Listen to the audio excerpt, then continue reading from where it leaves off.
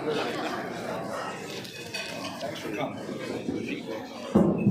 did just adjust the temperature. When you're very loud, you tend to blow microphones and speakers, so I apologize that that's happening. We'll play it like this. So number one, welcome to you all. I hope you enjoy lunch. If we hear the clink of cutlery, it's okay. This is kind of a chew and view situation for you all, just because it is. I mean, the middle of the day is a big ask to have 240 people take time away from their full-time day jobs to come out to hear from these fantastic leaders from our community. So number one, thank you to all of you.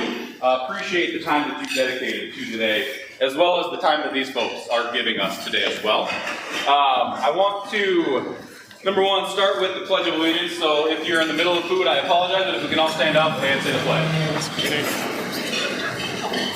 I pledge allegiance to the flag of the United States of America and to the republic for which it stands, one nation, under God, indivisible, with liberty and justice for all.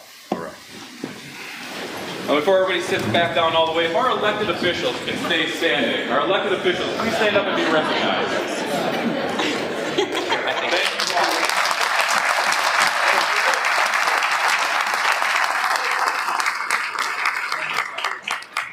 We've got, not only do we have our local municipal leadership here, we've got county leadership, we've got state leadership, which is extremely exciting to see, especially as a community like ours comes together. It's not just one community, it's not just one city, it's really a regional program. So to see everybody from across the region come together, it's an extremely humbling thing. So again, thank you all for that. Now if you are a chamber board or ambassador or staff, you can stand up and be recognized, please.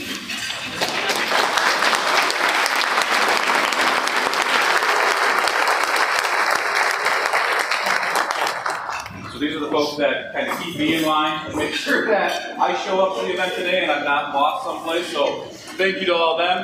I want to thank our platinum sponsors, Shaw Media and Star Brock Media, as well as our diamond sponsors, Connecting Point Communications and Valley Coin Jewelry and Pawn. And I'd like to thank our event sponsor for today. Our event sponsor is Comcast. Dave is here. You've got some handouts from Dave.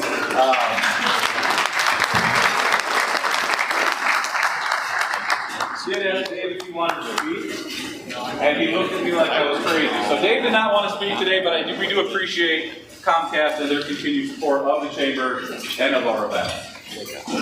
With that, we are going to get started. We have, again, 7 mayors up here with us today. Mayor Thompson does have to leave early. She was kind enough to give us some time. During tax season, to get an account away from the office is next to impossible, but we were able to pull her away for a little bit here. So Mayor Thompson is going to start us off. She'll take a little bit of time. After she's done, each of the mayors will do an introduction. They've got about a 5-minute kind of pre-intro where they'll talk about what they've done over the last year, what their plans are, and then we will get into the question and answer section. So with that, I'll hand it over to the people you're all here to see and start with Mayor Thompson.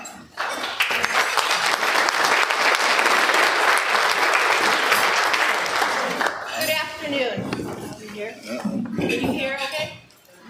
No.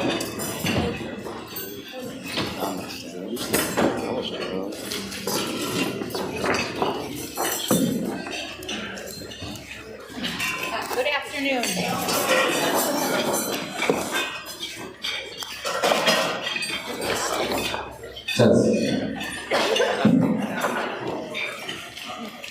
Good afternoon. I'm honored to stand before you to present the state of the city of Spring Valley. I'm entering my 4th year as mayor of Spring Valley, and I'm very happy with the progress we have made for our community during the past 3 years. When I presented my State of the City's report 2 years ago, we applied for the Illinois Downtown Revitalization Grant with high hopes of transforming our downtown. We were deeply disappointed when we were not chosen as recipients. However, that didn't stop us from continuing our efforts to fulfill that vision. The city acquired a commercial building at 111 to 113 East St. Paul Street to renovate for a community center. Renovations have begun on the building, building, and we hope to continue it by early 2025. We plan to recreate a multi-purpose space that our citizens can utilize. Our vision for the community center is multifaceted and will appeal to all ages. We'll be able to host community events for the public to attend and offer youth activities and programs. Citizens will be able to rent the space for social events, and clubs and organizations can use it for meetings or gatherings. We are very grateful for the donations we have received so far that will be used for the furnishings inside the building. Last year, the city purchased 2 lots adjacent to our mini park in downtown Spring Valley. Our plans for that area are to transform the mini park into a mega park and provide public restrooms and a concession stand for vendors or organizations that host events downtown. We are also in the process of exploring the best location for a pickleball court. Last week, we completed the demolition of an old hotel on the east end of St. Paul Street. This has enhanced the appearance of that end of town significantly. Recently, a local entrepreneur opened a golf and multi-sport simulator business that is attracting people from all over the Illinois Valley to our downtown. 4 new restaurants opened last year, and a few more are opening soon, as well as a resale shop. Interest in our downtown area continues. Spring Valley has utilized our facade grant program to assist local businesses and entrepreneurs in revitalizing critical areas of the city. We've witnessed the transformation of 17 commercial properties, new companies, establishments, and store enhancement, all contributing to a vibrant and thriving business community.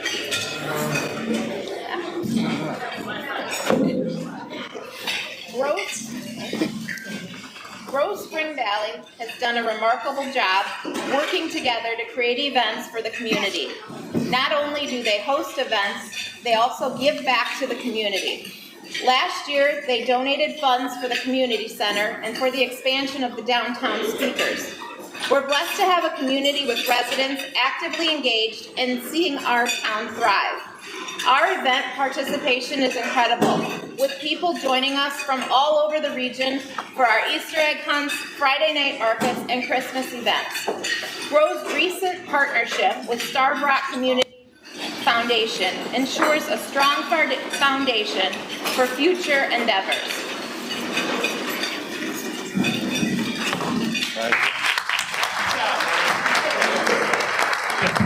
Infrastructure has been a cornerstone of our administration's agenda. We have prioritized projects to enhance our essential services, safety, efficiency, and sustainability. From the comprehensive overhaul of our water distribution system on 4th Street to the reconstruction of critical roadways and sidewalks, we've modernized our infrastructure to better serve our community's growing needs. Citizens are enjoying the freshly landscaped bump outs downtown and the replaced 11,000 square feet of downtown sidewalk. In addition, we paved the city parking lot to add parking to our downtown area. Our achievements extend beyond bricks and mortar. Spring Valley has made significant strides in public safety and community well-being. I'm pleased to announce we have secured a grant for our police department, enabling us to hire additional officers dedicated to school resource and community policing. The investment underscores our commitment to ensuring the safety and security of every resident. The fire department has recently expanded staffing by adding a part-time firefighter who is available 7 days a week during the daytime. In response to the closure of our local hospital, the fire department has initiated a training program to equip additional firefighters with first responder skills. These newly trained firefighters will support the 1033 ambulance service during life-threatening emergencies. When an ambulance is unavailable, they can arrive at the scene and assist until mutual aid arrives. The fire department is also actively exploring the possibility of establishing a fire district. We have embraced technological advancements by implementing camera upgrades, including body cams, car video cameras, and wireless video downloading capabilities. These measures enhance accountability and improve transparency between law enforcement and the community. I'm proud to announce the launch of adjudications at City Hall, a streamlined process for contesting municipal ordinance violations. This initiative expedites prosecutions and provides greater convenience for residents seeking to address legal matters locally. I'm also excited to share that Spring Valley has implemented a rental registry program to make living conditions safer for our residents. This program ensures all residential rental properties within our city undergo inspections to uphold safety and compliance standards. Reflecting on these achievements, I'm incredibly gracious to the residents and businesses for their support and partnership in achieving these milestones. I'm thankful to our city council members, department heads, municipal staff, and community partners for your commitment to Spring Valley's success. It's because of your hard work and dedication to our town that all of this has been possible. I appreciate your support in working together as a team for the betterment of our community. In closing, I'm optimistic about the road ahead. I'm immensely proud of what we've achieved together, and I look forward to continuing our journey to a brighter future for Spring Valley. With unity and determination and a shared vision for our city, there's no limit to what we can achieve. The state of our city is strong, vibrant, and filled with promise. Thank you.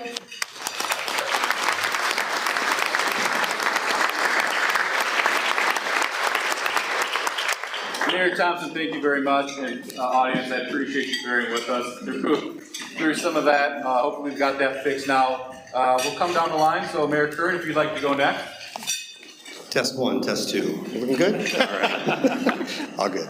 All right. So 2023 was a big year for Oglesby. We had a lot of real little things happen. A couple big things. One of the big things was GTI, which is Green Thumb Industries, finally got up to full operations after 2 expansions. So they employ a couple hundred people, which is fantastic. A couple of the smaller things that we got our dog park up and running. Our disc golf course is operational now. We had a new Hispanic restaurant, Blue Margarita, come in, MP Automotive, a lot of good stuff with that.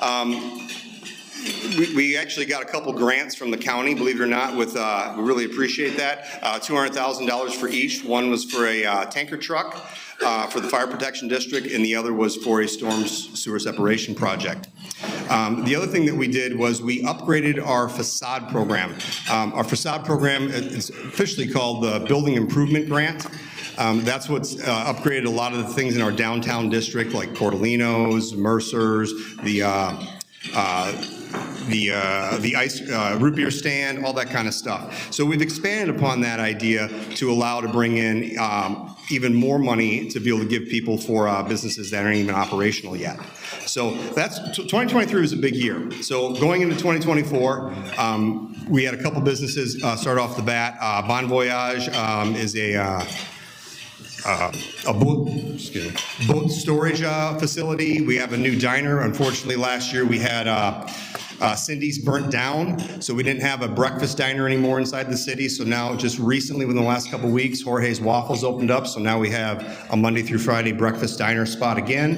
The big things that we're looking forward for the future is we are working on expanding the West End with all of our capabilities. So when GTI came, they really maximized a lot of what we can provide for electric capabilities. So the substation we have out there, we're doing 2 things. One, expanding what we can do to see if we can bring more industry into the area, and then we're also looking at getting a redundant feed. I know a lot of the cities right now, you'll see these requests for developments, these RFDs that come in, and one of the things I'm seeing at the bottom of the RFDs is they'll ask for 2 things. They're asking now for if your city has fiber optic, which I'm proud to say that we do now, and the second thing they're asking for is, do you have a redundant source of power for your facility? So one of the things I'm hoping is by us laying the groundwork for getting that, we're gonna set ourselves ourselves up for future success.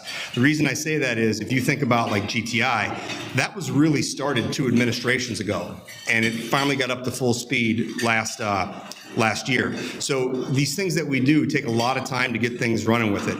The other thing we're looking to do is expand upon our TIF expansion, where we're going to bring a lot of the downtown areas back into the TIF. We felt like there was a lot of success the last 4 or 5 years with redeveloping a lot of downtown businesses and stuff like that. So we're hoping to continue with that. So all in all, it's about the work that you put in for long-term success.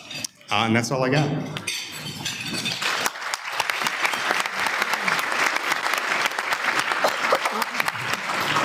Thank you, Mayor Curran. Mayor Klowski. Well, I'd like to thank everybody for being here this afternoon. I'd like to start by thanking and recognizing our team out here. We got a lot of people from Peru. Alderman, these are the aldermen: Tom Payton, Jason Edgecombe, Jim Lukosius, Rick Osadnik, Mike Sapienza, Andy Marino, Bob Tiemann, and Jeff Ballard. Part of my other team, Attorney Schweigert's here, Chief Raymond, Chief King, HR Director Kim Reese, Parks and Rec Director Adam Thorson, Clerk Bartley, Treasurer Jackson Powell, Eric Carls is our city engineer, he's not here today, and Stephen Rounds, our IT, and Bob Vickery from our economic development team.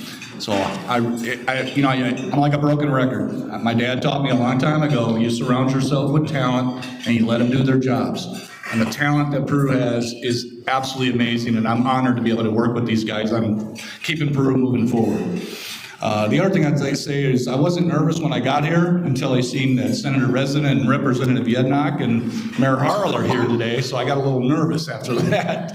But capping on 2023 for Peru, without a doubt, obviously, it's the return of our healthcare to our community. We have a wonderful representation here from OSF. It's been a long, extremely stressful year for the entire region, but April 7th is approaching fast, and we're looking forward to that. Obviously, GAF, I don't know if anybody's been up that way, GF Manufacturing, they started production.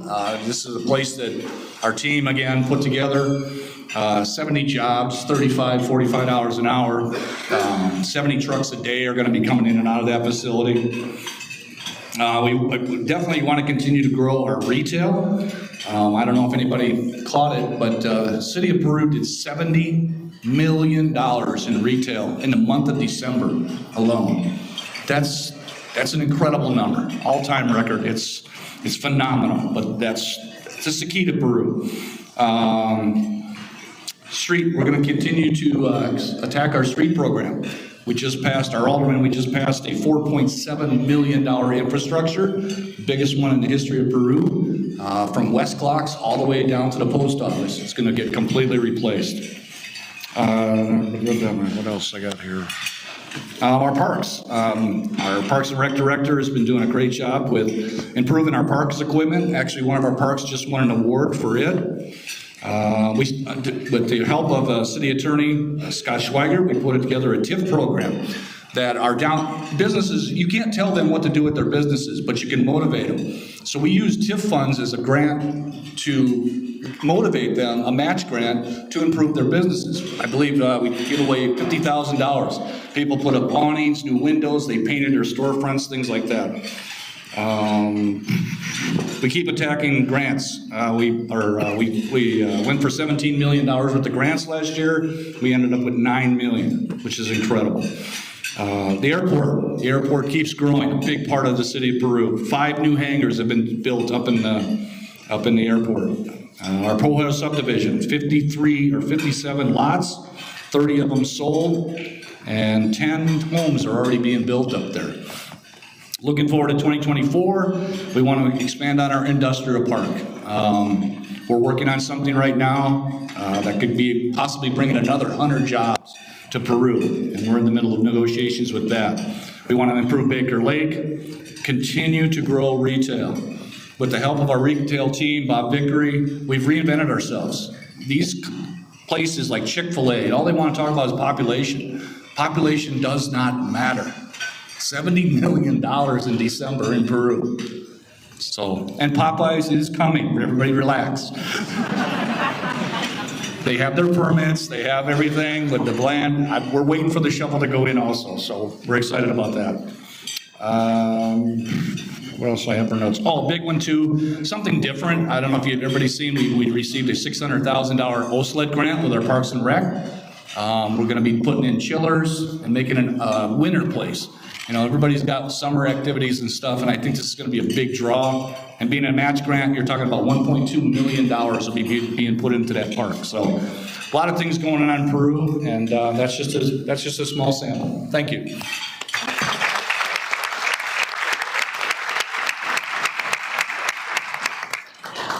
Thank you, Mayor Kowalski. Mayor Vita, you are up next. Yes. Well, thank you for letting me be your guest mayor today, representing Streator.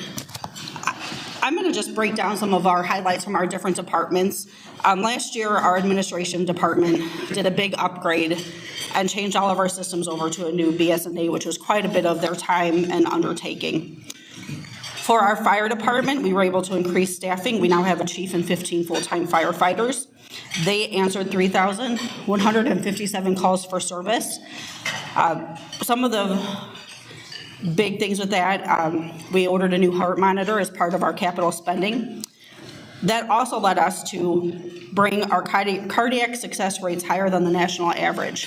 So in Streator, your return of heart function is 61.9%, whereas the national average is 27.9%. Discharge to normal life, 23%, and national average is 8.9%. So that's a great bit of work that our department's doing. We also have gotten a FEMA grant last year, $221,000 for new radios, and we're working through the purchase of those now. In 2022, 1 month into myself being mayor, we were contacted by AMT about potentially paying for service. So we spent a great deal of 2022 into 2023 preparing, looking at alternatives, and ultimately deciding to bring in our own ambulance service for emergency calls.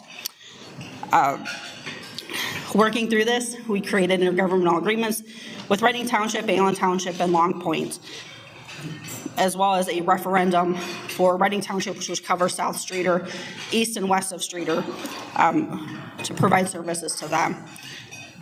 With that, we are very careful with our cash flow. We had 6 months before Medicare and Medicaid payments came in. So we were very watchful, but now we're successful. We've been 1 year in and have continued to watch that and improve our calls. For our police departments, we added staffing, so that was a big undertaking, and trying to recruit police officers, as most of the people up here know, is not an easy task, but we've been able to increase and continue to add our staffing in that department. They responded to over 13,000 calls last year in the city of Streator, which we have 12,500 people, so quite a bit of calls. But big news for them, we are now body cameras. We did a lease last year for those. We've also leased flock cameras, so every entrance and exit out of our city is now covered by a flock camera. We've already used those cameras. I think our last one was installed 2 weeks ago, but we've already recovered a stolen vehicle out of another state with the use of those cameras, so a big proponent of that. With them, we've also replaced squad cars, tough books in the squad cars. We provided bicycle light kits for those that needed them. We provide gun locks, and as well as a prescription drop-off. Our Public Works Department has a lot of aging equipment, so we've put on order snow plows, a new mower with an 8-foot deck, new roller for street repair, as well as spent money repairing our street sweeper so that we can get that fully functional. One of the big projects for them is we're looking at moving our current Public Works barn, which was retrofitted into an old building in 1962 that sits in a floodplain. We have another location on Iowa Avenue that we're preparing to move into there within the next few years. In 2023, we did site work. We poured new concrete and lights throughout the area. This year, we'll be building a new building shell. We're getting the specifications for that. And then next year, we'll outfit and finish the inside of the building. We also had a new animal control van, which was long overdue for that. Parks, we did a lot of work on Marilla Park, upgrading electrical service. We have a new sculpture, actually 2 there on loan from a local artist. A new pavilion built by our Streator High School students, which is a great project for them to learn a skill and trade while providing us with a new shelter and giving them a tie-in into the park. We also were awarded an OSLID grant for Marilla Park, so we will be doing new picnic shelters, putting in gabion baskets, and increasing parking and access for fishing and ice skating at that facility. We did enter into an agreement with James Street for our Streator High School with our soccer fields and provide them. They needed a space. It took some maintenance off of us, so it was a great deal. We've been working with Live Well Streator and Illinois American Water. We just installed our 5th water fountain at our parks through grants from them. As far as economic development, this past year we brought partners in to present, with us being partially in LaSalle County and partially in Livingston County. We are members of NCI EDC as well as the Greater Livingston County Economic Development. We've continued downtown improvements. Our facade grant program has been going on, is in our 10th year. And every year we have 5 businesses that we award grants to continue and improve. And if you haven't been to Streator's downtown, it's a big difference than what it has been in the past. We're also looking forward to a craft cannabis grower, Larum, is going to be put into what was our former peanut butter factory. Tourism and marketing is another big proponent that I push for economic development. New banners downtown, as well as a push for our arts. We have, surprisingly, Streator has 40 pieces of public art available between murals, sculptures, statues, and artwork. There's a new website that's been launched, streatorpublicart.com, where you can visit these. And another big project with that was our library dome. Our Streator Public Library was built in 1907 and is a Carnegie library. Inside of the rotunda, we had a grant as well as matching funds to completely restore murals that were painted in there.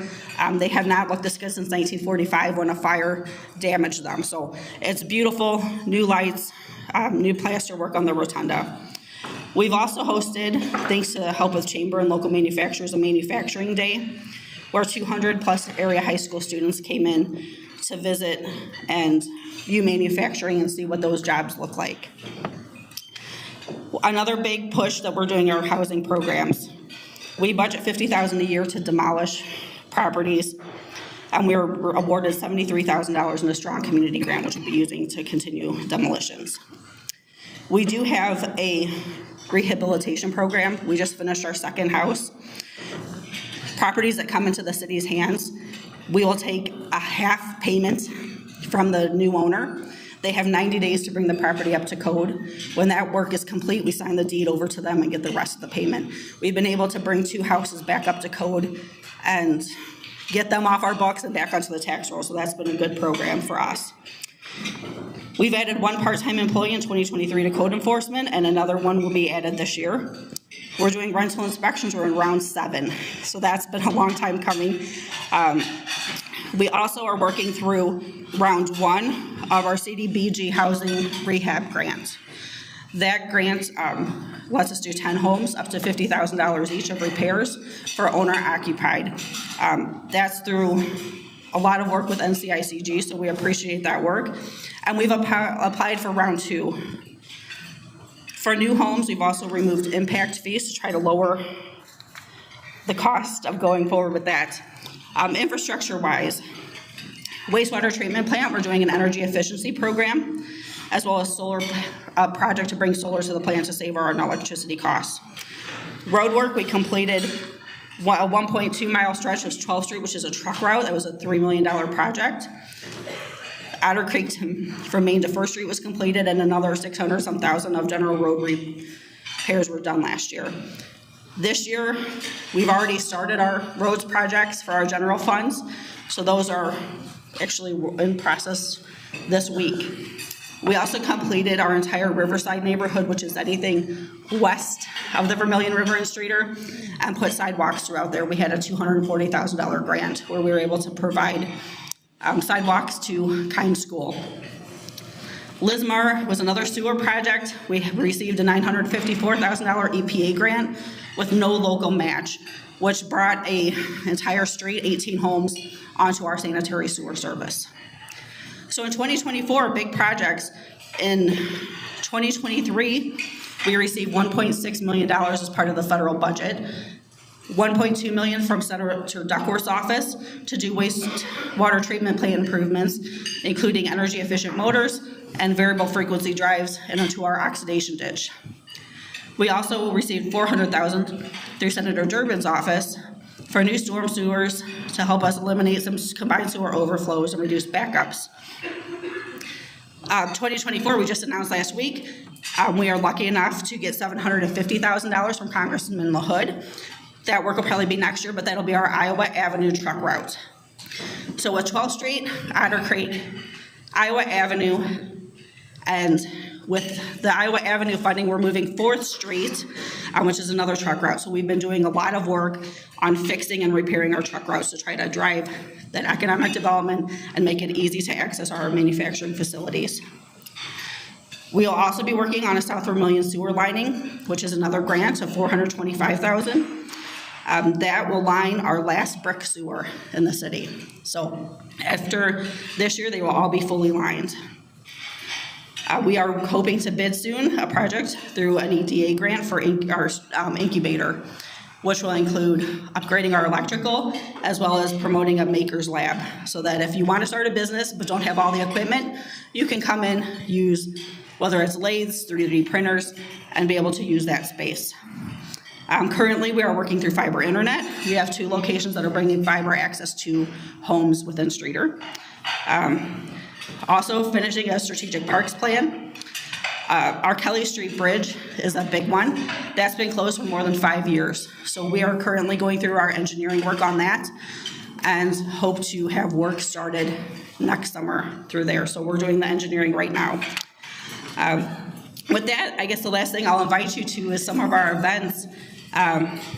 We have our Food Truck Fest, Pluto Fest, and Streator Fest with our national acts. Cruise Night, Poco Poco, but there's always something to do in Streator, so thank you again.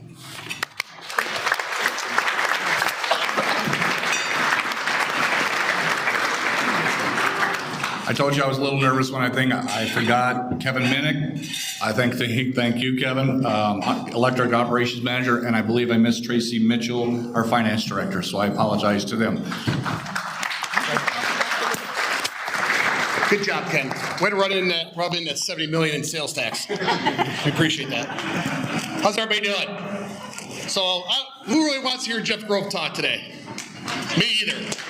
So we're going to ask for your participation. I asked, actually, is Ken Mullen here? If he still runs that pedicab, today would have been a great day for that, with everybody parked way over there at the old facility there. So anyway, we're going to do a little Family Feud style, City of LaSalle style, all right? I asked Bill yesterday how many people be here. He said about 240 people. I know there's roughly 10 people per table. So earlier today at City Hall, we drew 1 through 24, and lucky number 23, got it? 6 and 23 are our participants today. So the topic is City of LaSalle.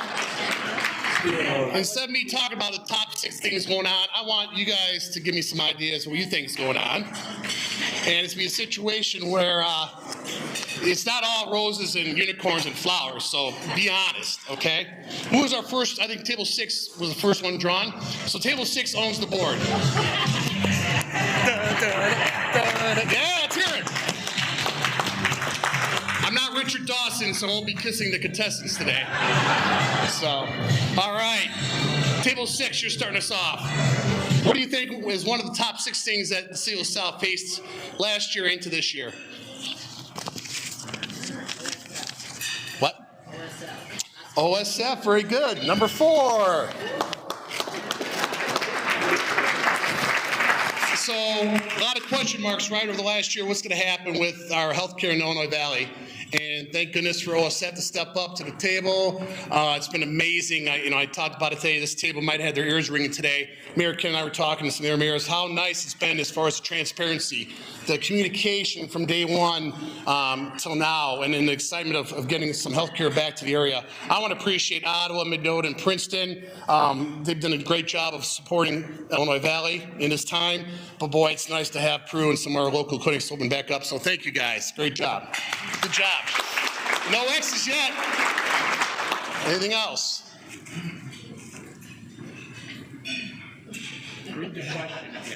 What is it, one of the 6 topics LaSalle's facing last year or this year? Survey says? No. Yeah, thank you. That's your first X. Police recruiting. Yes, very good. Police. Thank you. Number 5, if I can get to that without falling. All right. I think one of the mayors already spoke on it. Let's talk about police. So my brother was a police officer for 28 years in St. Charles, and we have some retired police officers here right now, our Chief Spajinski. When he was testing 28 years ago in Mount Prospect, St. Charles, some of those communities had 200 to 300 candidates for 2 or 3 positions, right? Nowadays, we're lucky if we can get 6 to 7, right? So, we looked at this about 5 or 6 years ago in the Illinois Valley, doing like a shared policing program. At that point in time, it just wasn't right dynamics of everything going on, different pensions, probably some politics, let's be honest with it, involved in it. But I think obviously it's something I think we need to revisit, because what's happening right now is we're seeing some other communities, everybody's kind of raising their rates, right? Their salaries, which I don't blame people. I'm the first one in the private sector says, hey, you have to better yourself, right? So Jeff Grove can go to Mendota or Streator because he's going to make more money than LaSalle. Shame on LaSalle, right? We have to sharpen our pencil a little bit. But I think if we get to the point where we can kind of work together as a community to get a nice wage that would be good for everybody, then we have that opportunity to keep the talent local and not lose them to the suburbs. So policing is a big issue, so good job on that. And I think we're very blessed to have a great police chiefs and great police force in our Illinois Valley area. But again, it's good to keep that talent home. Right, so we actually have to open our contract halfway through the contract to try to maneuver some stages in the contract for wages. Because obviously once you're there for a while, you have the pension, it's harder for some of the older guys to want to leave, right? Because they're invested. And we kind of hope that it's not just a money thing, that they like the environment, the culture we have. But again, money is a big part of it, right, for families. So again, something I think we need to revisit as mayors, maybe down the line, is to maybe one centralized policing unit, so we're not cannibalizing off each other. 1X, keep going. Housing. 2 X's. Table 23, are you doing this? Storefronts or businesses. Storefronts, survey says. Yeah, that's all right. That was a little bait and shit switch there. Tina, over there, 23, are you guys ready to steal it? How about the Rotary Park Celebration of Life? Yeah, Rotary Park, good job. So we're really excited about Rotary Park. It's really become a destination, not just obviously celebration lights. We have a nice baseball field there. I'm very excited to just open up last week our disc golf course, which is huge nowadays. I had to learn how to do it. Pickleball, a lot of pickleball people and the fans here in the audience. It's amazing how that's just grown, right? And that's not going anywhere. So we're going to have some pickleball. After you do some hockey or skating at Peru, come over to our toboggan hill we're going to have. It's actually a situation where we're going to have a rope that brings you back up. You don't have to climb that hill, which I'm happy because I still have a 6-year-old. So very good. Keep it going, table. Road construction. Road construction, survey said. First X. Anything else? Schools. Survey says. These are all good questions, but not on the top 6.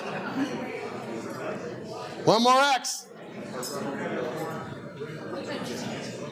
Rail.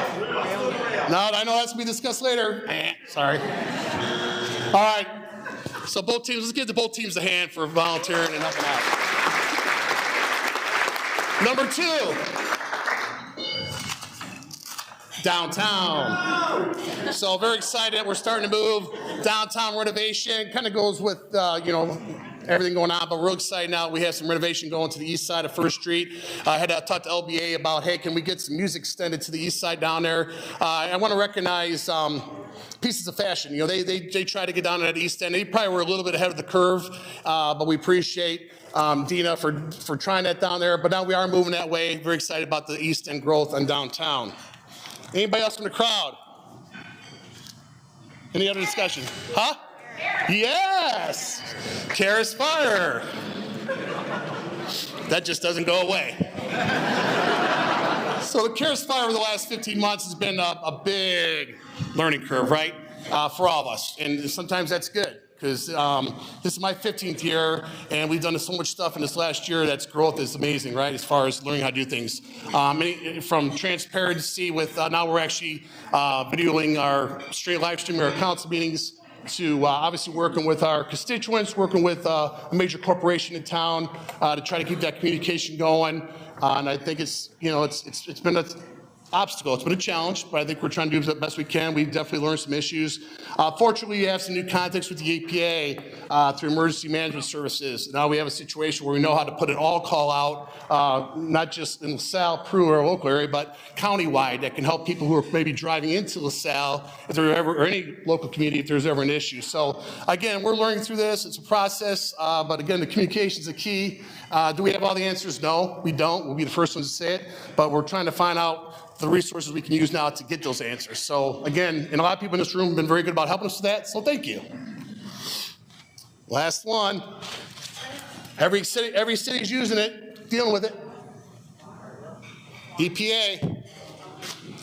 Lead lines, lead water lines, right? So one thing I've noticed through my 15 years and in 6 years as alderman is, and everybody in this room knows, whether you're in the private sector or in the city government, is it's all about running your city like a business, right? This isn't the days when you can kick the pension down the road or then have to worry about unfunded EPA mandates. This is real now, right? EPA guidelines, OSHA guidelines, making sure we're current with our pensions, which is only the right thing to do, right, for all our people who served in police, fire, and our government facilities. So lead lines is our new thing we're hitting right now.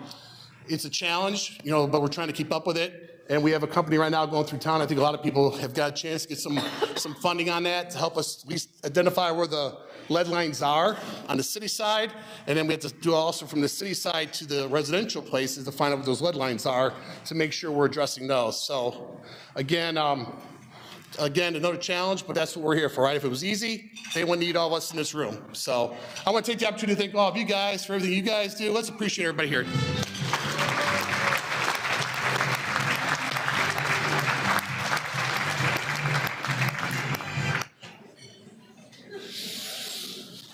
All right, thank you, Mayor Grove, and thank you to our participants. Whether you knew you were going to participate or not today, appreciate you giving some answers out there and not leaving Mayor Grove hanging, so thank you for that. Mayor Stewart, we'll pass the mic to you. All right, thank you. I apologize. I don't have a game to play or some props to follow with that, but you'll just have to listen to me ramble for a few minutes here then.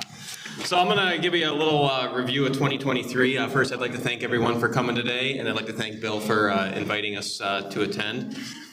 So 2023 saw Utica doing basically a lot of lingering projects that have been kind of on the list for the last several years, mostly infrastructure items such as drainage issues. We did do a rather large motor fuel tax program, which did see many of our streets getting repaved that were in rather desperate need of getting done. We do hope to do another small one this year to continue that focus as well. We did a large curb and gutter and drainage project on one of the older streets in town. It is heavily used in some of our events. We use it as our parade route, and we also use it for Peru quite a bit. So that was needed to be done, and it was a long time coming. So we were glad we were able to finally put a little focus on some of that stuff and get that taken care of. Utica's known for their events. We have a lot of events, summertime that ramps up, so we put a lot of focus on that last year. We did host the Vintage Wine Festival again. It was our 4th year doing that. That's the largest wine festival in Illinois. If anyone has not attended that, I highly recommend coming there. It is just a spectacular event that's put on by the folks that do that. We did also host the annual Burgoo Festival again last year. It's one of the LaSalle County Historical Society's largest events, so we're happy to continue helping make that a successful event for them. So that's kind of 2023 just in a nutshell. But the main focus is what's going on in 2024. So right now, the village has one main project that we're looking at in 2024, and that is what we're calling the Market on Mill Retail Plaza. It's going to be constructed on the empty block on Mill Street that was unfortunately destroyed by the 2004 tornado. That's coming up 20 years this year. So the village was able to acquire the last remaining parcels back in, I think it was late 2020, I think we acquired the last piece of property with that. So at that time, the thought process was, what are we going to do with this now? Right now, it's just as a parking lot. And it was never meant to continue to be a parking lot for all those years. It needed to be developed, and we needed to see something, grow back into there. One of the biggest challenges with that area is in the floodplain, so that was a lot of deterrent with that property. We did have developers look at it, but the fact that it was in the floodplain was a major deterrent, and the cost of flood insurance just wasn't viable for most people to take that property. So back in September of 2021, we learned of a grant that was available for Rebuild Downtown and Main Streets grant. When we first discussed the grant that was available, I remember sitting in my office with a few people, and we thought, well, we'll just do a simple streetscape program. We'll take the end of Mill Street that's not done, and we'll go ahead and match it to our current end of Mill Street and make them match. That's kind of where we left it. That's what we were going to do. But the more I thought about it, the more I thought this isn't really appealing. I mean, grants are extremely competitive. They're very hard to get. And the thought process in my head at the time was, if we apply for this, we're probably not going to get awarded that just to do a streetscape program. I think that there was probably a lot of other projects out there that could be done. So what can we do to revitalize that area? And we looked at them empty lots that were sitting there on the far northern end of Mill Street. And we had learned of a area in Batavia called the Batavia Boardwalk. So we looked at that idea and we thought, well, this might work here. We could do something with this. We can build this area up by the floodplain. We can put some small buildings up there, and we can have our own retail plaza. So that's what we did. We decided that we were going to apply for that grant, and that's the route that we were going to go. So we did apply. It was a very lengthy process, and we didn't have a lot of time to work on it because by the time we decided this is the route we were going to go, there wasn't a lot of time before the deadline was met. So we did get it in, and then in August of 2022, we were found out that we were recipients of that grant, and now we're in the final stages of the design for this. We hope to bid this project out sometime next month, and plan is to have construction going in May. We hope to have a small season in this year with that, probably not till later in the year if we get one. But I'll give you a kind of a little rundown of what that's going to look like and how it's going to be. So to start, we're going to have to build that area up out of the floodplain. It's going to be surrounded by roughly a 3.5-foot decorative stone wall, and there'll be ramps to go up on either side. They'll be ADA accessible. Area is going to consist of 12 buildings that are 12 by 12 in size, and they will be all retail shops. We have designed the area to fit a total of 18, but we'll see what the demand is as we continue on. But for now, we're going to start with our original 12. There is going to be a little plaza up there that's going to have tables and benches for resting, things like that. The buildings are going to kind of be on the front and the back of the property, more or less. So we plan to keep the entire middle section of this area open and lay some turf over there. The thought behind that is we have, removable kids games up there, things for kids to do, family just any kind of family fun thing for that to do. We tossed around putting some bouncy houses there during events and things like that as well. Maybe even have like a pop-up vendor weekend. So there's a lot that we can do with that area once it's complete. So we're really looking forward to getting that done. We're gonna have a small band shelter on there too for some bands as well. What else have we got? So I guess one thing I would like to mention with this project that we're doing, and I know I'm focusing a lot on this, but this is our main thing for 2024. A lot of people have asked us what the parking situation is going to be once we start doing that. So we've looked into that, and there is going to be ample parking when the whole thing is said and done. So obviously right now you look at that area and that's where everyone parks when they come on into Utica, but it's not defined parking. People can park any which way, and you've kind of screwed up the whole layout of how it is and how people will follow suit when it goes to parking. So we have decided in the back, we're not going to build up the entire area. There will be a parking lot at ground level behind it that's going to have several parking spots. The village also did acquire property behind the Mill Street lots that we're going to turn into one large parking lot. That's actually going to be phase 1 of the project. We're going to core that area out and just put some gravel down to have parking in the interim while we're building. So that way there will be still parking available. The other thing that we do plan to do is in front of our current village hall on Division Street, we are going to take that road and we're going to widen it. We're going to put head-in parking on both sides of the street there. So by the time it's all said and done, there's going to be probably close to 100 parking spots, if not more. So there's going to be ample parking, and I think that we'll be able to suit everyone's needs just fine. So that's basically going to take up the majority of the construction season for 2024.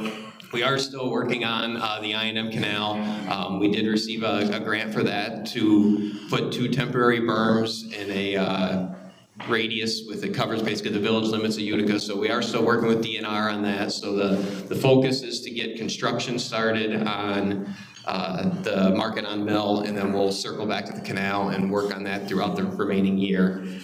The other thing I want to talk about is Mill Street Dining. That'll return this year. That's going to begin on Friday, May 10th. We're happy to continue to do this and help out the businesses. It's really become a major attraction for the entire area. So we're very fortunate that we have a village street that we're able to do this, and we're able to close off for the summer months to allow our businesses to have this feature. So that will return again, and we look forward to having another successful year. And thank you.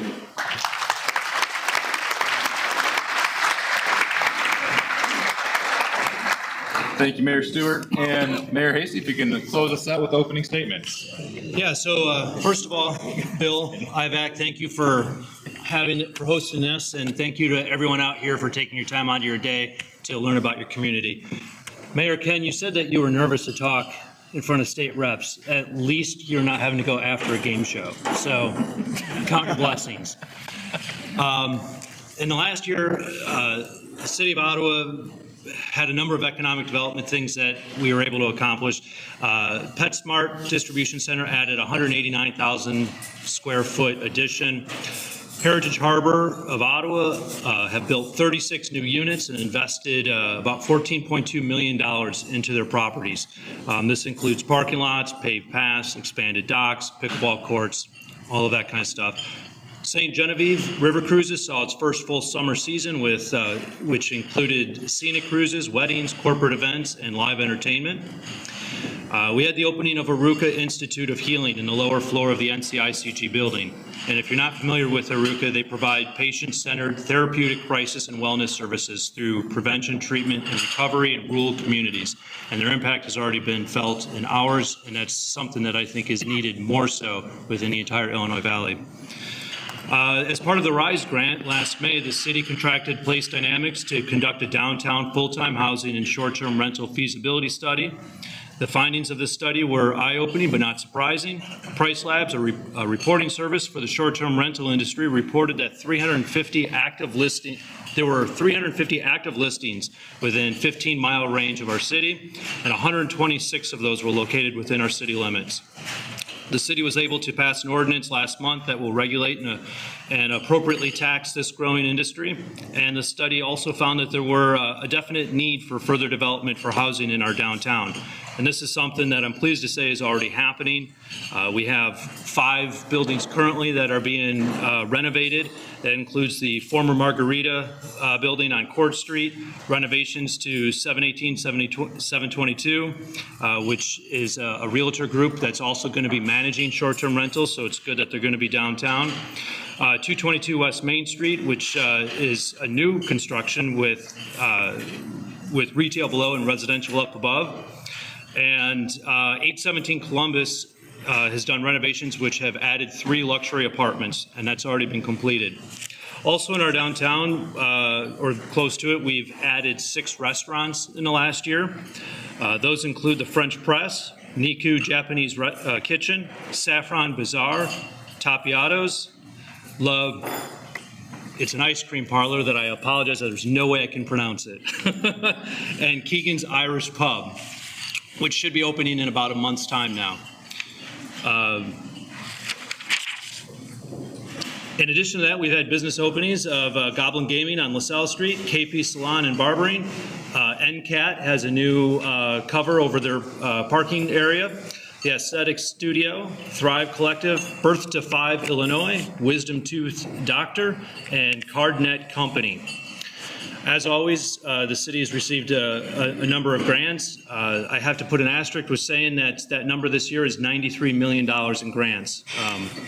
2.2 million of that has been the continuation of the YMCA flood buyout. The city also worked with NCICG for a countywide $118,000 COVID business resiliency grant, which had awards given to 4 Ottawa businesses. $16,000 certified local government grant for a South Bluff historic survey. We had a $506,000 OSLA grant for Allen Park improvements, a $550,000 housing rehab grant that focused more on our close east side. And then the big one that we did have was the U.S. Environmental Protection Agency, through President Biden's bipartisan infrastructure law, awarded $90 million to mitigate the last radium contamination area in Ottawa.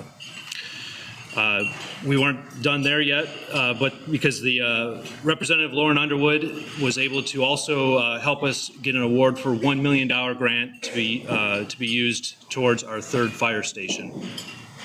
Speaking of our fire department, it was a primary mission of the Ottawa Fire Department to provide a variety of services designed to protect the lives and property of the citizens of Ottawa and surrounding areas from the adverse effects of fire, sudden medical emergencies, or the exposure to dangerous conditions caused by man and nature in an efficient, professional, and well-trained manner. In 2023, the Ottawa Fire Department responded to 4,182 emergency responses. Requests for EMS-related calls rose to a record high of 3,484 calls from service. The fire department also received a number of grants in 2023, including emergency response training for 22,484. The SAFER grant, which allowed us to hire 3 additional personnel for $713,000, and OSFM training reimbursement of $16,969. The police department recently launched its community initiative program. The plan's intent was to bring the members of the community closer to the police department with the assistance of an officer dedicated to the program and a K-9 partner.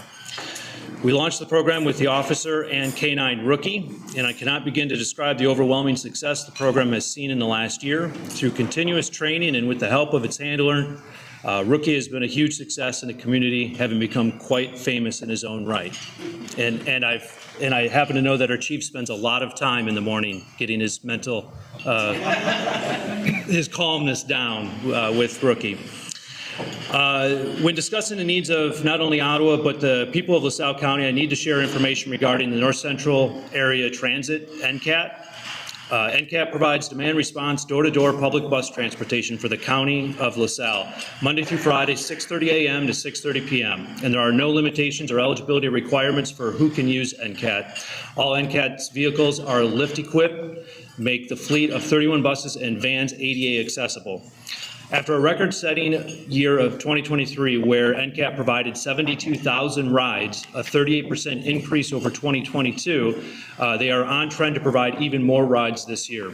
Many of the benefits of public transportation go unnoticed to someone who doesn't use the service, but to those who do, it provides access to life-saving medical appointments, the ability to remain at home and independent, or the opportunity to secure a job and provide themselves and their family. And for those who do not use public transit, it does reduce traffic congestion and pollution, and it can help keep taxes down and can drive the local economy. This past year, NCAT is proud to say that they provided over 27,000 rides, 33% of the for employment purposes. This current fiscal year, it's 36.6 of NCAT rides are used for employment services. NCAT has many programs to make scheduling and riding easier and more convenient. You can find more information about NCAT or how to ride by visiting ridencat.com. And also, Commissioner Eichelkraut wanted me to remind everyone that donations are always welcome from any of the communities. And thank you to everyone who so far has given donations to NCAT. In our public works, we resurfaced 50 blocks, 31 alleys. We also resurfaced the parking lot of Home Hardware, which reconfigured for 5 additional parking stalls for a total street program of $2.5 million. And that was a total length of 32,000 feet or 6.16 miles. Total curb replacement was 5,600 square feet or 24 blocks. And we did 48 sidewalk ramps. East Stevenson Road, which is up on the north end of town, east from Walmart, along with Baker Road and MBL Drive, reconstruction, we are in the design phase of reconstruction for a $4.5 million project, which is largely being paid through grants. In regards to our parks, Peck Park last summer, renovations started at Peck Park involving the resurfacing of both basketball and tennis courts, as well as the expansion of the parking lot. Additionally, the tennis court fencing received a fresh coat of paint and upgraded the lighting. This summer, further enhancements are planned, including the renovation of the playground area with the new equipment, the addition of a splash pad and shelter, and painting of various courts, including the basketball court, 2 pickleball courts, and 2 combination tennis pickleball courts. The total cost of construction for these improvements is around $1 million. Allen Park, which is the park that's directly south of the Illinois River, received a $506,000 IDNR OSSA grant. In the summer, the 21-acre community park is set to undergo renovations with exciting enhancements planned. Among these upgrades is a paved quarter-mile loop, walking trail meandering along the banks of the Illinois River. The pathway will not only offer scenic views, but also grant easy access to several existing shelters and new gaming areas.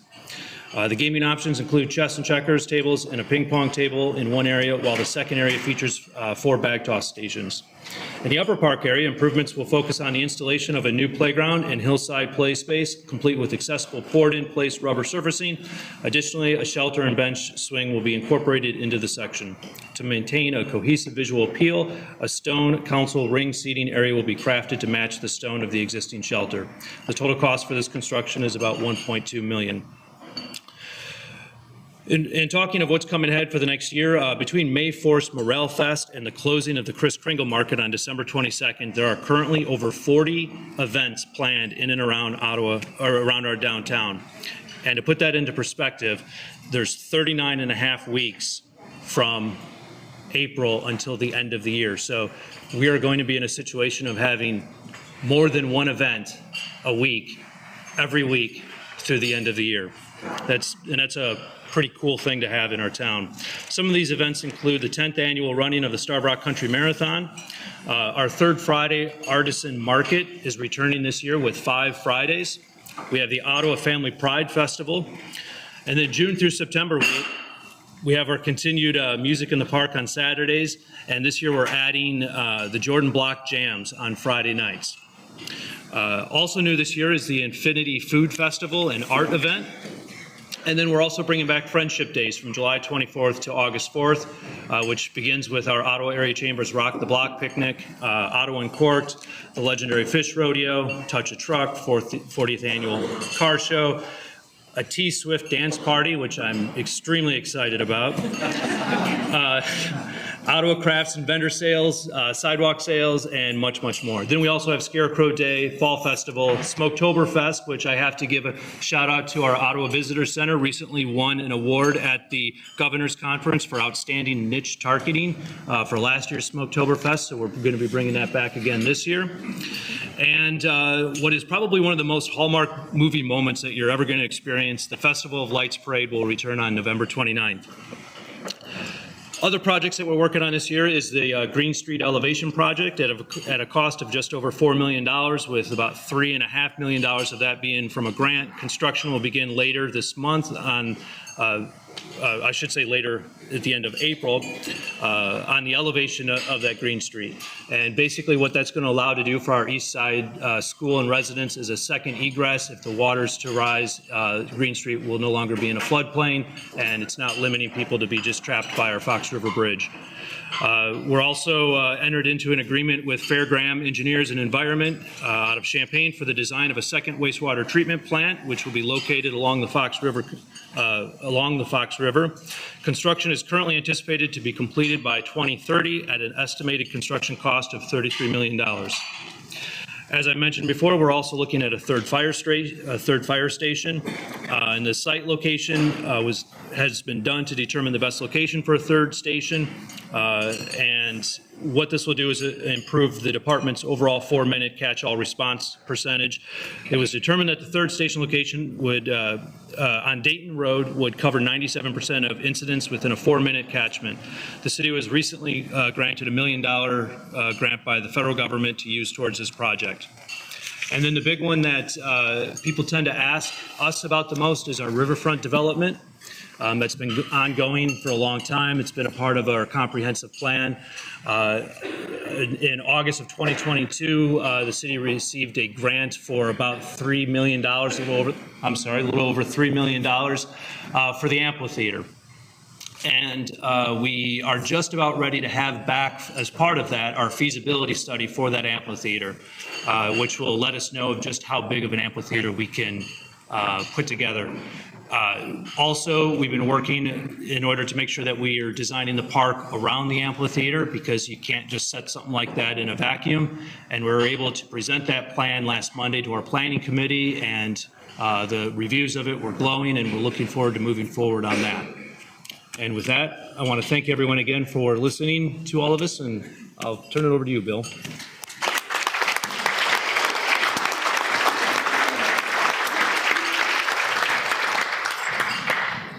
There we go. We can send that back down that way so we can share this a little bit. So a couple questions, and I'm not going to do a game show theme like Mayor Grove, but a couple questions for the audience. Number one, as you heard from each of the mayors, who was surprised by or just excited by the amount of tourism that was touched on? So I think that every single one of these mayors touched on the need or the development of programs and projects that are going to drive tourism to this area. Did that surprise anybody in the audience? No, you all are like, yeah, we knew that, Bill. I was surprised by some of it. So that's exciting to see, the fact that there is a lot of that activity happening, not only because we have a state park right across the street that draws millions every year, that really opens up the entire region to keep those people overnight. We're in one of those spots, I call it conveniently inconvenient. We're about an hour and a half away from Chicagoland, an hour north of Peoria, Bloomington, an hour south of Rockford, an hour east of the Quad Cities. So you can come visit us, take advantage of all the fantastic things we have, and then go back home. And not spend the night and not give us a little bit more cash, which I think we can all agree on we'd love to see. With the addition of the growth at Rotary Park, the amphitheater, the Mill Street Market, the disc golf that most of our communities are starting to see, you've now got a full weekend of events that you can do, whether you're an older individual or a young family with kids. We've got darn near everything covered to encourage our tourists to stay in the area, stay overnight, dine, shop at our businesses, and really keep them local. What I would challenge each of you to do, in our region in general, is to work together on some of those tourism and marketing campaigns, to highlight each other and let those folks know that if you are in Ottawa, it's a 10-minute trip to Utica, and from Utica it's a 5-minute trip to LaSalle, and from LaSalle it's a 2-minute trip to Peru, and if you're in Ottawa, again, it's not too far of a drive south, 10 minutes, 15 minutes to Streator. I do think that there is enough activity in this region that we can really keep those folks here and highlight everything that each of our communities is doing. The second piece that was a surprise to me was the amount of grant funding that our communities are applying for. If you get on that kind of, it's a two-sided thing, right? The Facebook, I sound like my grandmother. On Facebook, a lot of times you'll see it, whether it's Scuttlebutt or it's any of those community pages, there's a lot of growth and a lot of good happening. But we get those folks that sit in kind of our keyboard warriors that'll say, well, that's gonna cost us money. What's that gonna cost us? I don't know that everybody understands the amount of work that our communities are putting in with groups like the North Central Council of Governments. Yeah, please, absolutely.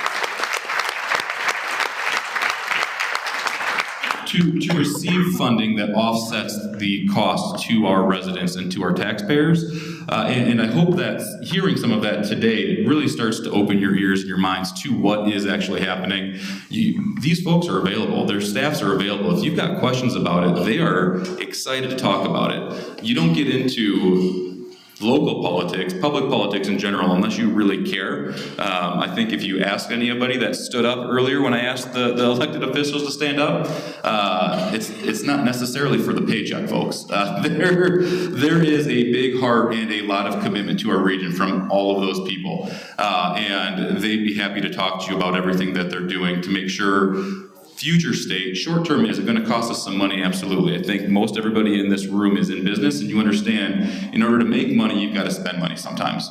And it's the same thing for our municipalities, our county, and our state. So to each of you and your teams, I commend you for everything that you're doing and encourage you to continue it and keep the needle moving forward. So thank you for that.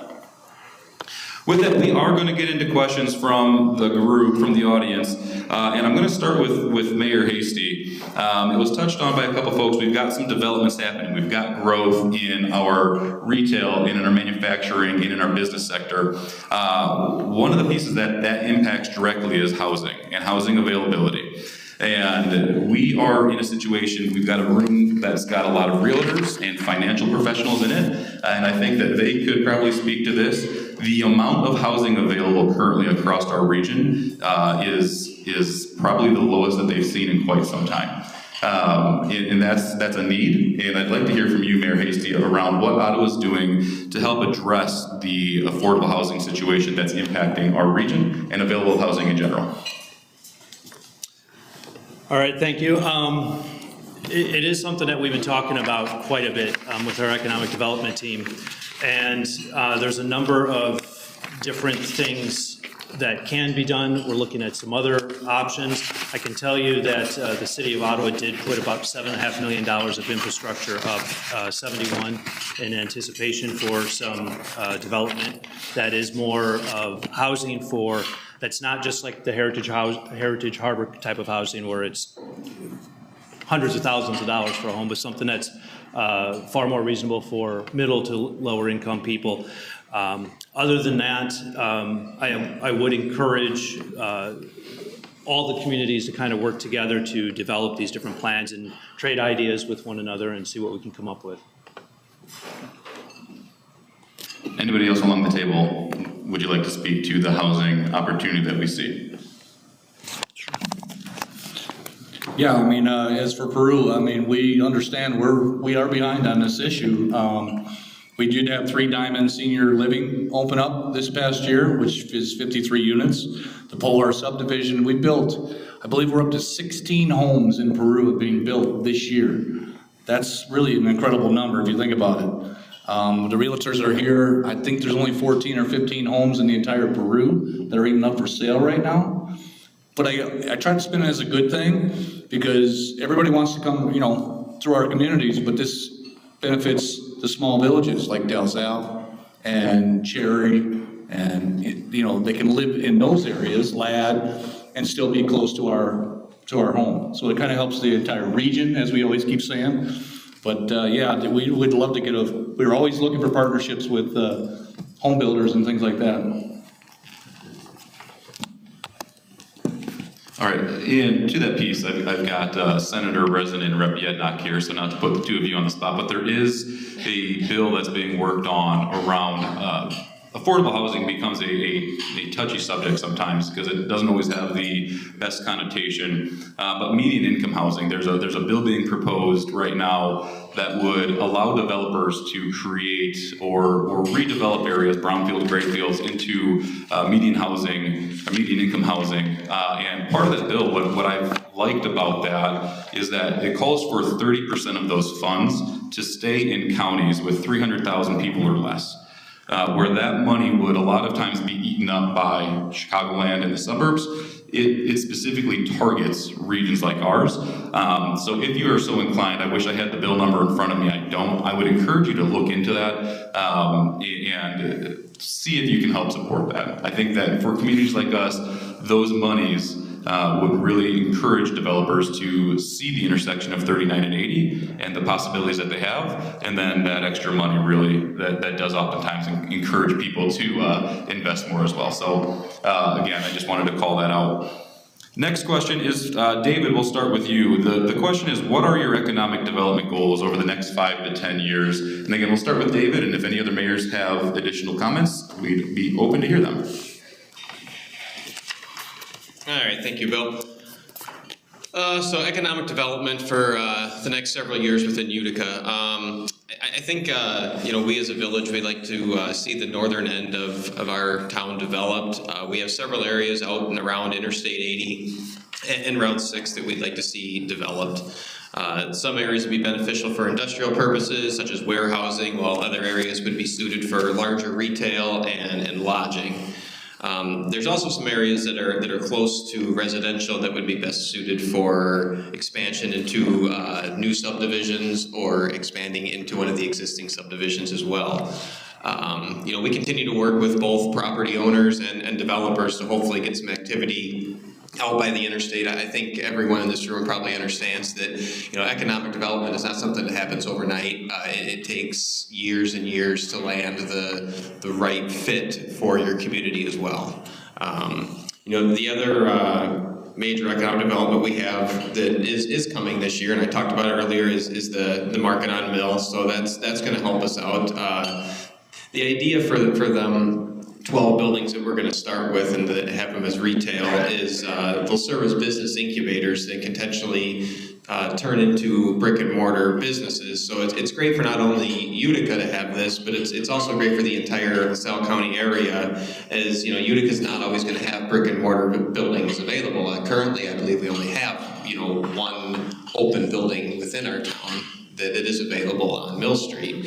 So this could be advantage for other cities as well. As these businesses continue to grow, they could move into Oglesby, Peru, anywhere that a building would be available. So that's where we see ourselves in the next several years.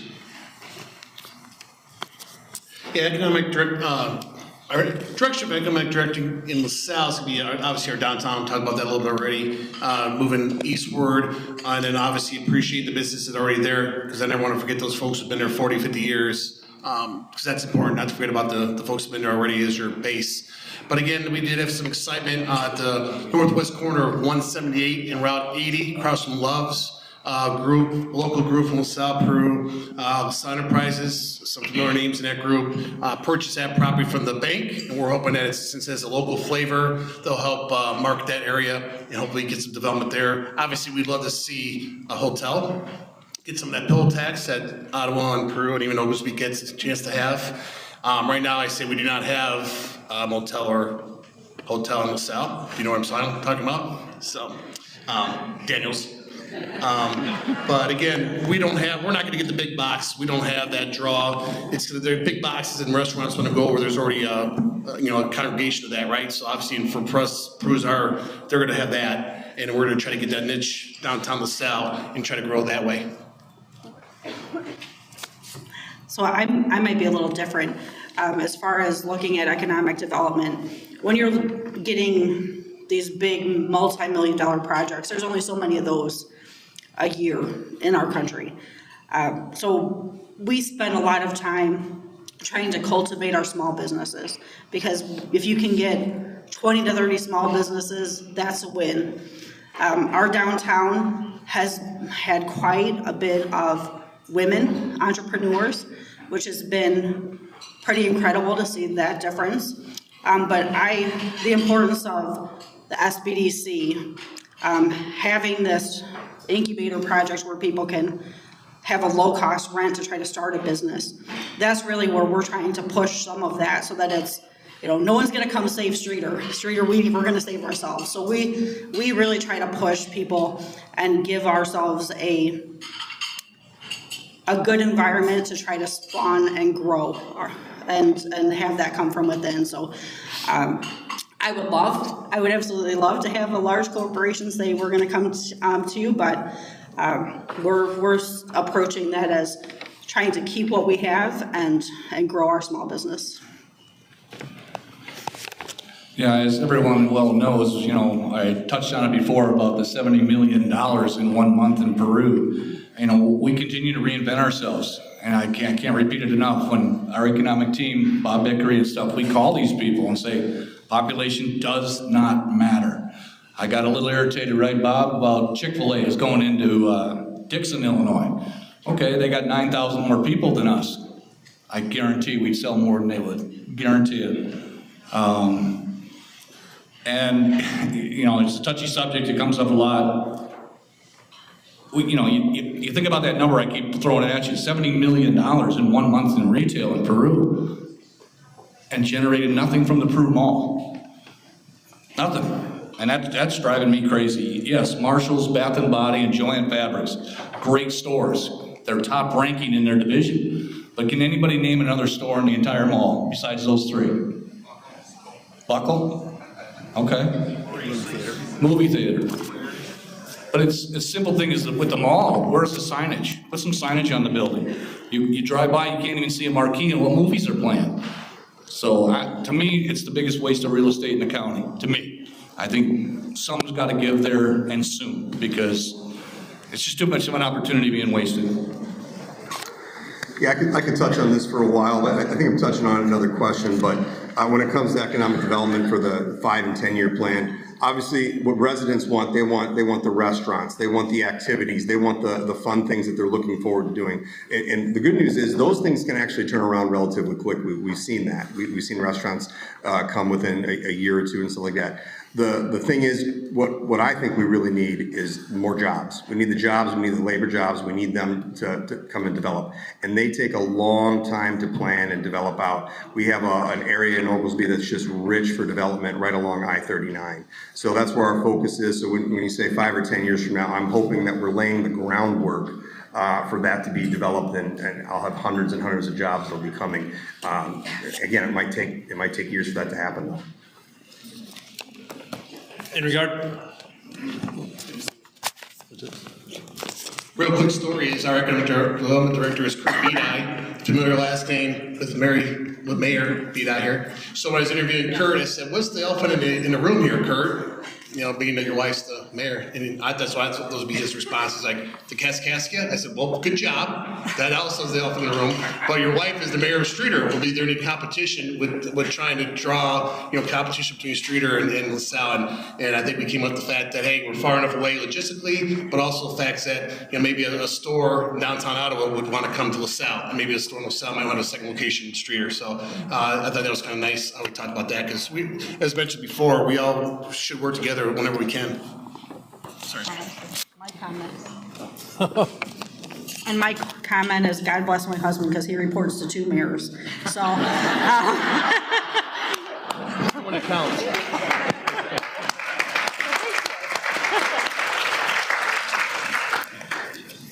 in regards to economic development for Ottawa, I've already touched on some of that in regards to our riverfront development. In addition to the amphitheater and the parks and the new development of the YMCA there's also going to be room for 4 multi-use structures there, which we're hoping is going to not only bring habitation down to our downtown, but also more stores, more riverfront, more all of that kind of stuff. And then that does extend through the rest of our downtown. As we watch this growth of a more urban setting in rural areas, of having downtown living and things of that nature, our downtown is renovating just not the first floors, but the second and third floors of all of our buildings as well. And I think that's going to bring a lot of economic development to areas that's needed within our town. One of the things that we see is growth happening outside of the immediate downtown area, which then that affects our Ottawa Elementary School and different things like that. So the more that we can bring our economic impact in further in, the more it's going to help everybody within our community. Thank you. And the development of the second and third stories downtown Ottawa, I think, leads to the next question that I have around plans to continue to bring and or keep that 45 and under generation here. So what you're doing there, you're giving that group of people a place to congregate, a place to be together with peers, and I think that's extremely important as somebody who still for now falls into that category. That is something that group of people looks for, and as we can see that continue to happen in Ottawa and downtown LaSalle, the development out at Heritage Harbor, the way that those communities are developed, where they face in to promote that community feel. If we can see some of that across the region, I think that would be a big draw to that group of people. But with that, Mayor Curran, the question is to you, and what are you doing, or what is the city of Oglesby doing to draw that group in, that 45 and under crowd that will be kind of that next generation of people that keep this region moving? Certainly, I am not in that 45 and under crowd anymore, unfortunately. But I was when I got here to the area. So there's really two aspects to all of that. The first one is quality of life. Quality of life, and the second thing is opportunities for job growth. When I came to the area, I'm kind of a good example of that. I came as a 36-year-old man with a relatively young family. And then when I was 39, my career option made it to where, I was never planning when I first came here to stay.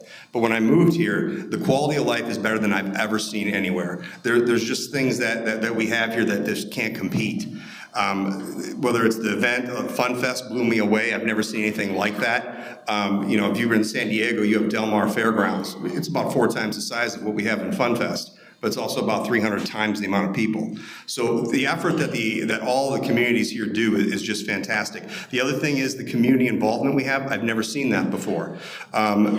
Baseball. Baseball is such a big thing in our local communities, not only because of the competitiveness of it, but I've been so impressed from all the different coaches that my kids have. I feel like it's almost like an extension of the family unit to the point. I mean, they're not just teaching good coaching. They're not just teaching baseball. They're teaching teamwork, sportsmanship, how to be a good person. It really impressed me. So when I'm thinking about all these things, that's what made me decide at age 39, I have the opportunity to kind of change my career path. So I retired from the military and I laid down roots here. So that's the first thing when it comes to quality of life, and we excel at that anywhere here in our region. The second thing, though, that we do need to work better on, and for me it wasn't so much of a concern because of retirement, but it's the job opportunity. So you can have all the great quality of life all you want and everything where people want to stay here, but for them to be successful, if they have to move away to be able to provide for their family as the best opportunity they can, that's a problem. So we need to be able to make sure that we're creating the labor jobs, and they take so long to develop that stuff is one of the problems. So that's why we have to continue to work towards those efforts. But again, quality of life and opportunities for job growth. That's what we're working on. Anybody else? Please. Anybody else have an answer to that? Yeah, I can just touch on that a little bit. One of the things I like right now is what IVAC's doing with the 40 under 40. I think that's a great event. It shows that there's opportunities. There's recognizing the people in 40 years old and less can do things. And another thing I touch on is childhood. You had a good childhood growing up, you're going to stay. I'm 59 years old. Born and raised, love Peru, staying here. Support baseball, soccer, softball, events. Let the kids grow up, quality of life, and they're going to stay. And then when they see this 40 and under thing that IVAC's doing, they see the opportunities and then jobs and start their own businesses.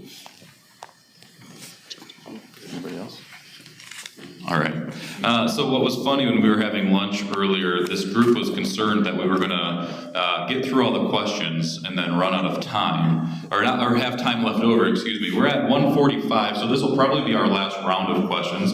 Just so you know, but that just as a reflection for you all, you were concerned, and here we are, about 4 questions in and 15 left to go. So appreciate the thought and the input that you've provided to these.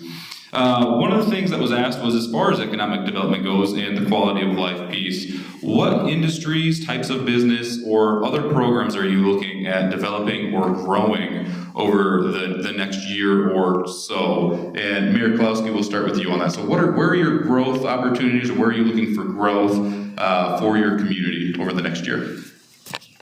No secret, repeating myself, grow retail, keep giving these guys an opportunity. Our industrial park with Eric Carls and our economic team and Scott Schweiger have built up there with that, developing that new TIF. There's new opportunities, and that'll create jobs, growth. It's just endless up there. There's such an opportunity up there. And then now that GF is here, I think that opens the eyes to other companies going, you know, what is this Peru? What is this? 80, 39, airport. These are all selling points for us, but it's across. I think we want to continue to grow retail, but now that we're into the industrial job market, it's exciting. The question was quality of life, right? Is that what it was? Is what you want to talk about, I think? Just in general, what sort of developments would you like to see starting or focused on over the next year or so? Yeah, so when you talk about quality of life, I feel like our area it's our biggest strength that we have. There is some things, though, when you compare us to much larger cities that they have that it's very tough for us to compete with, and that's like convenience items.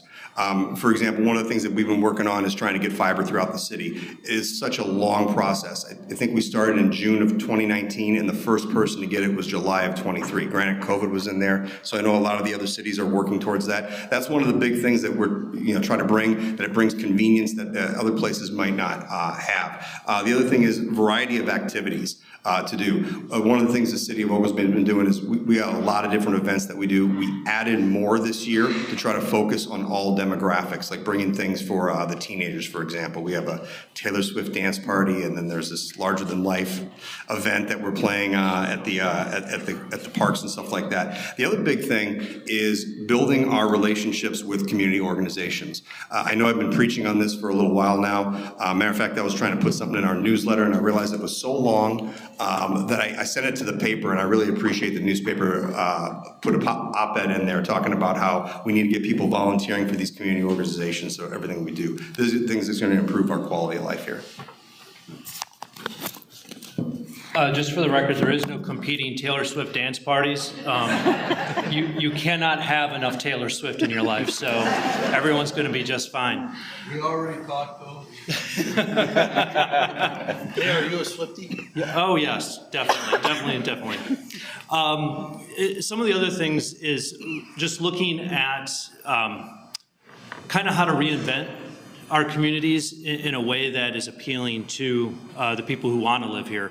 When talking about like the previous question about the 45 and under crowd, the world is changing in a way where a lot of people can work from home and be 1,000 miles away from their office. And so by looking at our communities as far as something where you can live and enjoy your life, the culture of that, of being able to like walk out your front door and be able to go down to your local bakery and do those kinds of things that are picturesque, that's coming back into fashion. And small towns like the Illinois Valley are going to excel at things like that because you can work anywhere in this day and age. As long as you've got a computer, you're good to go. So that under 45 crowd, what they're looking for is an experience. And that's something that I think resonates with all of the questions that you're asking. As long as we continue to develop that community sense, we're going to have people want to not only be here as children, but want to grow old here and continue to stay here.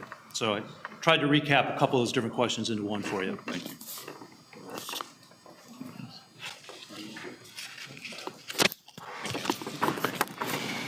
So I think Mayor Kern kind of hit it on the head. Quality of life. Let's think about that for a minute. We're all here. We're all in this room. We're all here for a reason. We stayed here for a reason. It's because we love this area, and most of us probably grew up here, or we moved here and we fell in love with the area when we moved here. And if you have children and they went away to school, there's a very solid chance they probably came back. And I've said this to a lot of people. A lot of people I know, friends of mine included, they've moved away from here. They've went to another state, they went and explored, but they've always found themselves coming back to this area. So I think that's proud for all of us to say that, you know, we have done a great job keeping businesses in this area and growing and attracting new businesses. But you have to also keep in mind, you know, everyone wants that big fish. They want that big fish and the big industry to come into your town. But you also have to think about that and make sure it's the best fit for your community as well. You know, us personally, we'd like to see retail, we'd like to see lodging, we do want to see certain kind of industry, but it also has to meet your infrastructure needs as well. And I mean, that's kind of the way that I think we feel about it as a community. I know, I think about when I go into LaSalle State Bank as a kid, they had the different companies on the wall, Madison, Zinc, Karis, Maze-Nail, American Nickel, and some of those companies are still with us, and we're very happy to have the Karis and the Maze-Nails and the American Nickel, and we don't want to lose those, right? And never want to take those for granted because they're a big supplier of good jobs for our families in town here to keep people. But I think for LaSalle, again, our thing is to be healthcare. Most people I talk to now, some family member in one way or another is part of healthcare, and a lot of that's because demographics. We know people are growing older and living longer, but they need assistance with that. I have a good friend I went to school with, and her and her husband came back to LaSalle to be successful in the suburbs, build a home in LaSalle, and now they're part of the healthcare process down here, which is awesome because you know, not just come back for their own career, but obviously to take care of aging family members, right? We all have that. So I think healthcare is a really big thing for us in LaSalle. Obviously services, we talked about often some small retail, some other options downtown LaSalle, restaurants, cafes. Airbnbs is good for us, kind of goes hand in hand with tourism. Right now we don't have the big hotel, but it is amazing from our Airbnbs as far as the registration of that. Seems like every weekend we have people coming down, even during the week, which is nice to see people doing that. So I think obviously with Route 39, Interstate 80, I think distribution centers will eventually get here. I think brick and mortars aren't going to go away, but I think people are going to continue to go with the online, and I think we're very well positioned, again, with LaSalle, Peru, Ottawa corridor on the Route 80, then hopefully after Utica gets filled up, there'll be some stuff coming our way. So, but quality of life, you know, one thing we're really excited about is people are starting to know about the Rotary Park and our little walking path down to the lake. And it's even more key for us to kind of connect with maybe Peru Baker Lake when we have a way to get from town into a Rotary Park and not have to go on Route 6 and then busy roads go out there. People get to Baker Lake, then go to the east side of our neighborhoods in LaSalle and get a chance to go to Rotary Park. And we're even trying to talk about with potentially Ameren to get to the canal, which would be a nice connectivity. So again, it is, I hear a lot more and more stories, like you said, Mayor, when people are leaving the area, they kind of have their fun wherever they're at, but when it's time to settle down, Bill, to your point, you know, we're an hour and a half from Chicago, hour from Rockford, hour from Wilmington, Normal, you know, Quad Cities. A lot of good things we could do culturally that we don't have here, but a lot of it is already here. But then we get to come home, hopefully the safety of our area. So thank you. And just a point of order, the two tables that participate today, we did give them a little heads up that they wanted to participate or not. So they won't be getting a home version of the game, but we do have some LaSalle gift cards for each of their participation. So thank you guys for participating. I'll feed off of that too. I think there's this common theme up here everybody's talking about is events. Brings fun and activities to your community. I mean, everybody, when I heard Ottawa's, what, 40 events throughout the summer? You hear that, Adam? 40 events throughout the summer? We need to talk, okay? But I'll do a little self-reporting too. Our TBM Avengers thing, that's amazing. I mean, that is an event May 17th, 18th, Jim, I believe.